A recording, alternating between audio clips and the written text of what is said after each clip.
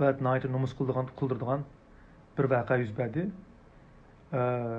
Yevropa parlamentiga bir qiz bola keldida. Bu qiz bola kim keldi sana? Bir qozoq qiz bola ekan. Bu qozoq qiz bola o'zi Qozog'istonlik pasporti ekan. Burun amaliyotda vatanda yashab, şöyle tug'ilib, cho'ng'ilib, Xitoy tizimi bor ekan, azroq Uyg'ur tizimi bor ekan, qozoq tizimi bor ekan, rus tizimi bor ekan. Qozog'istonning bergan shunda alayda nimasi bilan bular oila bo'yicha qozoq xalqi bu oilasi nimaga ko'chib berib, Qozog'istonga ko'chib berib, shöyle grajdan bo'lgan ekan. Undan keyin dadasilam Xitoyda qilib qolgan ekan, bizning vatanimizda qilib amaliyotda Qozog'iston bilan Xitoy o'rtasida tijorat qildi ekan bu odam endi. Shunga bu odamni tutib ketibdi. Xitoy pasporti bo'lgandan keyin bu qozoq qiz bo'lgan dadasini. Shunga bu qiz bola 11 oy ovozini chiqarmabdi. Hech kimga demabdi. Ham desak texmi tutib ketmasin, desak urvatmasin, o'ltirvatmasin deb demabdi. Demay shuni 11 oy haplashib chiqarmay, oxiri shu bu qiz bola guvohlik berish boshlabdi.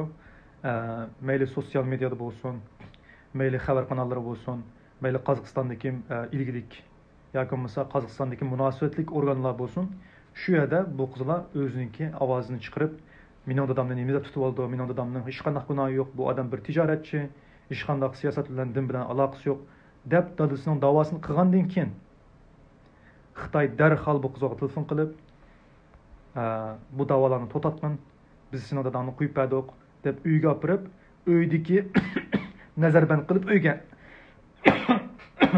hozir hech bo'lmaganda dadasi jazo lageridan chiqibdi. Uyda yashayotibdi.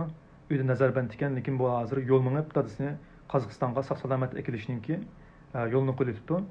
Bugun yig'inda bu qizlarni ataydan o'rindan tomosha bilan orasida turg'izib, ashadagilar chavoqchilib dadasining hayotini qutqazilgani uchun tabrikladi. Tabriklagan vaqtida men bu qizlarni tabrikladim, qozoq qizini. Anondan keyin men dedimki, bir qozoq qizi o'tirgan maydonga tushib, mardonlarcha Xitoy Kommunist partiyasi qarshi o'zining oilasini qutqizish uchun, o'zining vijdoniy nomusini, ispitini qo'g'dash uchun guvohlik berib ekan.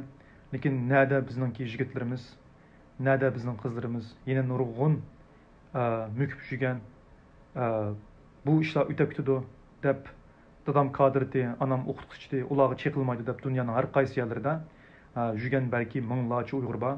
Ularning urug' tuqqanlari ichida bularning hozirgacha Xitoydan umid kutishi intayin ahmoqonalik.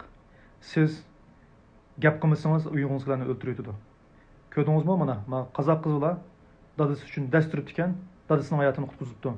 Hozir shu qizlarning deyishicha chet elda urug' tuqqanlar bolaga ayrim muomala qildi ekan. Dadasiga shu bir tuqquni g'ashi debdi. Ayrim muomala qildi ekan. Chunki tuqquni yo'qlarni o'ttirvatsa dunyoda so'riqni qilgan hech kim bo'lmaydi ekan. Tuqquni bolani, chet elda tuqquni bolani bular so'zlab sanmasin deb hozir chiqilmaydi. Lekin siz so'zlamasangiz cho'qim chiqiladi. Xitoy Kommunist partiyasi bizni faqat va faqat Uyg'ur bo'lganligimiz uchun yer sharidan yo'q qilmoqchi. Ovozingizni chiqarishingiz kerak. Tik turishingiz kerak, dast turishingiz kerak.